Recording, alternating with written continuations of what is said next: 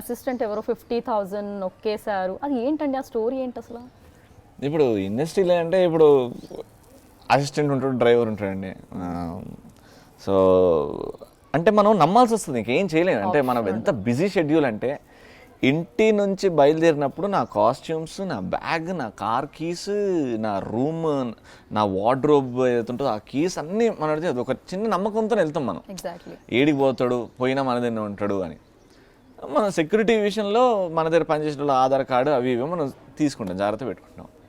ఆ రోజు మా అసిస్టెంట్ రాలేదు, ఎవరైతే నాకు కంటిన్యూస్గా చేస్తాడో రాలేదు.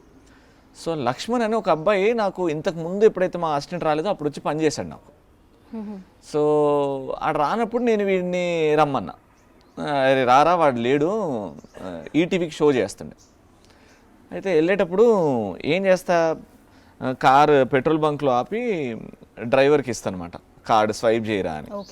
అప్పుడు కార్డు ఇచ్చినప్పుడు ఇగో ఇదిరా ఈ పిన్ కోడ్ నెంబర్ కొట్టేయని.